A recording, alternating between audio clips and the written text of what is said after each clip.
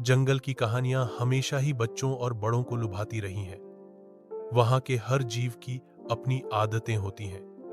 कोई सीधा सादा, कोई मेहनती, कोई चालाक, नुकसान करता है, फंस जाता है। आज की कहानी भी एक ऐसे ही धोखेबाज बंदर की है जो एक बार जंगल से भाग गया था, लेकिन फिर वापस आ गया और अपनी पुरानी चालबाजियों से सबको परेशान करने लगा। परंतु किस्मत ने उसका क्या हाल किया, यही इस कहानी में विस्तार से है। बहुत समय पहले की बात है।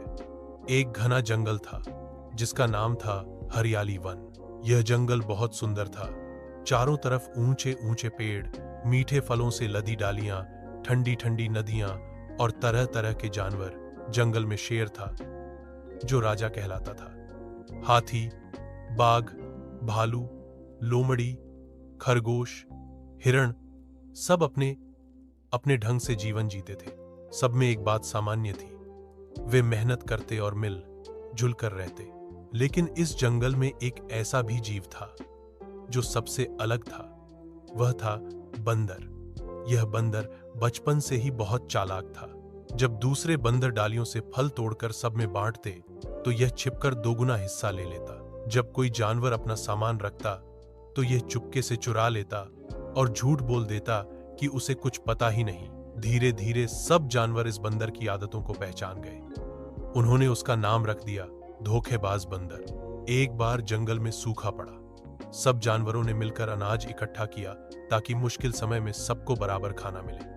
लेकिन धोखेबाज बंदर ने चोरी छिपे रात में आधा अनाज खा लिया। सुबह जब सबको पता चला तो जानवरों ने उसकी खूब निंदा की। राजा शेर ने गुस्से में कहा, धोखेबाज, तूने सबका विश्वास तोड़ा है। अब तेरा यहां रहना मना है। जा, इस जंगल से दूर निकल जा। डर के मारे बंदर भाग गया। कई सालों बाद जंगल फिर से हरा भरा हो गया। सब जानवर सुख शांति से रहने लगे। तभी एक दिन वही पुराना धोखेबाज बंदर वापस आ गया।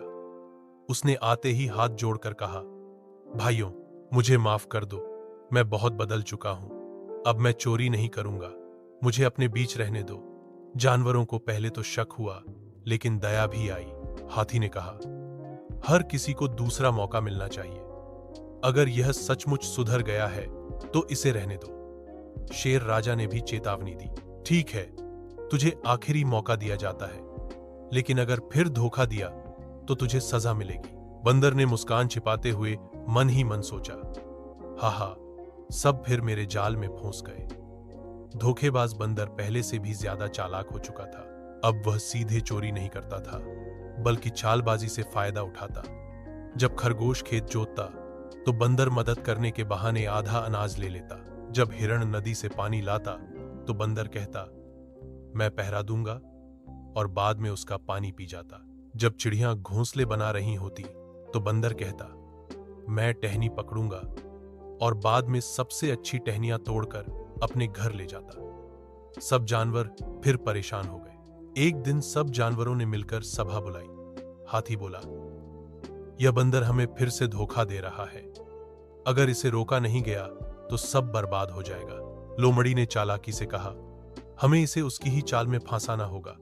यह हमेशा लालच में पड़ता है। चलो इसका लालच परखते हैं। शेर राजा ने भी हामी भर दी। अगले दिन जानवरों ने योजना बनाई। उन्होंने घोषणा की, जंगल में जादुई पेड़ उगा है। इस पर ऐसे फल हैं जिन्हें खाने वाला अमीर बन जाता है। बंदर के कान खड़े हो गए। वह तुरंत दौड़ पड़ा और बोला, मैं पहले जाऊंगा, यह पेड़ मेरा है।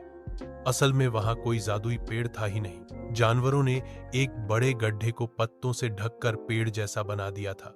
जैसे ही बंदर उस पर चढ़ा, वह गहरे गड्ढे में गिर पड़ा। सब जानवर हौंस पड़े। धोखेबाज, तुझे तेरा लालच ले डूबा।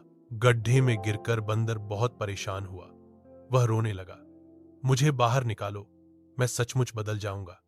अब कभी धोखा नहीं दूंगा।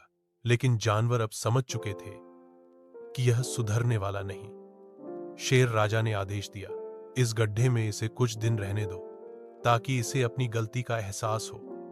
कुछ दिन तक बंदर वहीं भूखा प्यासा पड़ा रहा। उसने महसूस किया कि बिना दूसरों की मदद के वह कुछ भी नहीं। कई दिन बाद जानवरों ने दया करके उसे बाहर निकाला। अब बंदर सचमुच बदल चुका था।